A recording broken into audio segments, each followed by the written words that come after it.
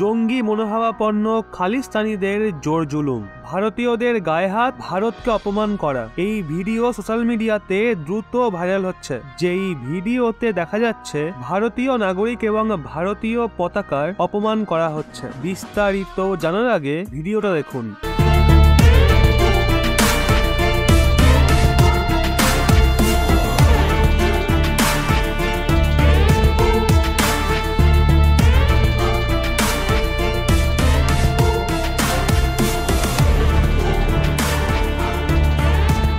আপনারাও নিশ্চয়ই এই ভিডিও দেখে গায়ে রক্ত টকবক করে ফুটছে, কারণ একজন দেশপ্রেমী নিজের গায়ে লাগা আঘাতকে সহ্য করতে পারে, কিন্তু দেশের ওপর লাগা আঘাতকে নয়। অস্ট্রেলিয়াতে কথিত গণভোট পরিচালনা করা খালিস্তানি জঙ্গিরা ভারতীয়দের ওপর মেলবোর্নে হামলা করে বসে। এই ঘটনাটা নিয়ে ভাইরাল হওয়া ভিডিওতে দেখতে পাওয়া যাচ্ছে খালিস্তানি সমর্থক পতাকা নিয়ে প্রদর্শন করা ভারতীয়দের ওপর হামলা চালাচ্ছে। অস্ট্রেলিয়াতে গণভোটের ঠিক আগেই খালিস্তানিরা হিন্দু মন্দিরকে টার্গেট করাও শুরু করে দিয়েছিল। মিডিয়া রিপোর্ট অনুযায়ী খালিস্তানিদের দাবি এই গণভোটে সামিল হওয়ার জন্য 60,000 মানুষ যায়, কিন্তু ভিডিওতে দেখুন এখানে তো অন্য সত্য উঠে আসছে। 100 থেকেও বেশি সংখ্যা ছিল না। এটুকুই নয়, তাদের সংখ্যা বাড়ানোর জন্য পাকিস্তানিরাও ঢুকে পড়েছিল। মনে করা হচ্ছে ভারতীয়দের জোরদার বিরোধ এবং গণভোটে সামিল হওয়া মানুষের কম সংখ্যার কারণে খালিস্তানিরা থতমত খেয়ে যায়, আর কোনো কিছু ভাবতে না পেরে তারা হামলা করে বসে।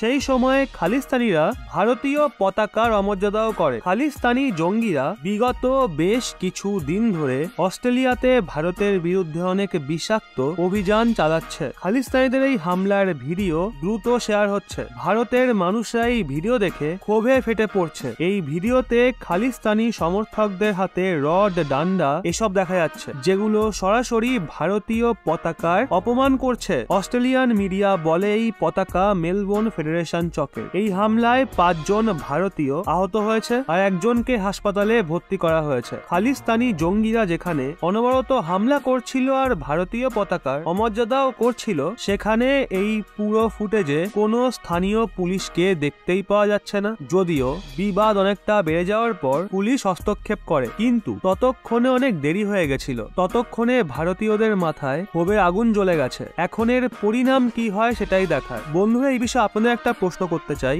এখন এই অপমানের পাল্টা জবাব কিভাবে দেওয়া উচিত বলে আপনার মনে হয়?